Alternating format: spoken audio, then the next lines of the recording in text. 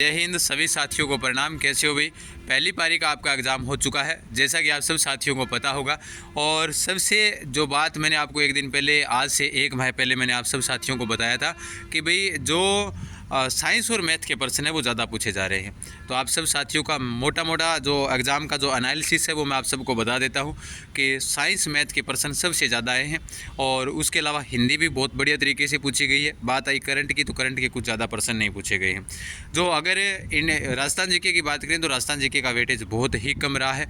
तो मैंने सब साथियों को पहले भी बताया था और कल वाली क्लास के अंदर भी मैंने ये कहा था कि साइंस मैथ आप बेहतरीन तरीके से तैयार करना, 50+ उसके आएंगे।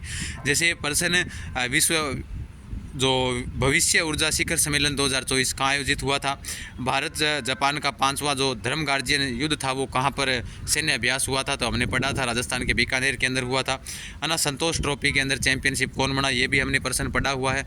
फिर बात आई अपने 18वीं लोकसभा के लिए आम चुनाव कितने चरणों में हुए थे, लोकसभा के भी प्रश्न आया है।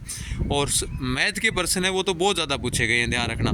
और उसके अलावा हिंदी है, वो हिंदी भी बहुत ज़्यादा प्रश्न आए हैं। और तो मैं यही कहना चाहूँगा जो साथी अभी भी जो कल जिसका एग्ज़ाम है, परसों जिसका एग्ज़ाम है, वो मैथ के जो और साइंस के जो टॉपिक उन्होंने दे रखे हैं वो जल्दी ज़्यादा निकालें। क्योंकि मेन उद्देश्य क्या है कि इसमें साइंस मैथ ज़्यादा पूछा गया, तो इसीलिए 40% वाली जो बातें हैं ना, वो बातें सही हो रही है कि 40% बढ़ना कठिन हो जाएगा।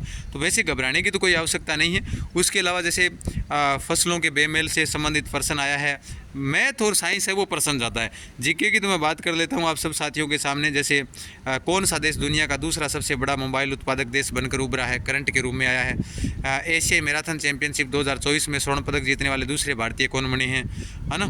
उसके अलावा इंग्लिश के भी प्रश्न वो 10 आते हैं, वो इतने ही आए हैं। रीजनिंग कम आया है, लेकिन हाँ एक बात इस बीच में बता देता हूँ एक बार पुनः आप सब साथियों को कि हिंदी का भी वेटेज ज़्यादा रहा है, ठीक है। और मुख्यमंत्री कोरोना सहायता योजना पूरे राजस्थान में कब लागू की गई थी, भड़ला सोलर पार्क कहाँ पर स्थित है, जीके से संबंधित प्रश्न है।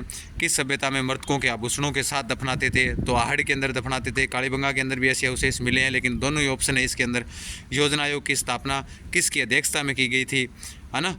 तो योजना आयोग थेवा कला का संबंध राजस्थान से, माई बजाज सागर कल वाली क्लास से आया।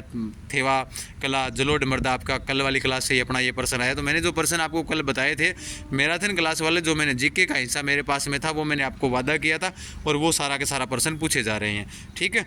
और बात करें भाई इस लेवल के अंदर, जैसे राजस्थान लोक सेवा आयोग के जो अध्यक्ष की नियुक्ति कौन करता है, ये भी प्रश्न जो हमने करवाई थी मैराथन क्लास पॉलिटी वाली, वहाँ से आया है।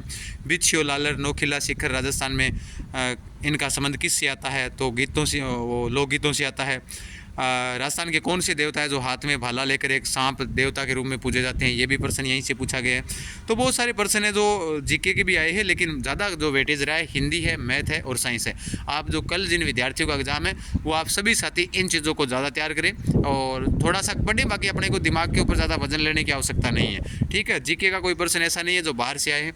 और मेरे साथ में आप सबको मैं बता देता हूँ कि जिन्होंने पेपर मेरे साथ में अभी जो लाकर दिया है, जिन्होंने बताया, तो वो मेरे साथ में हंसराज जी हैं जो विदासर से जुड़े हुए हैं। तो हंसराज जी आपका भी इस परिवार पर स्वागत है, अभिनंदन है।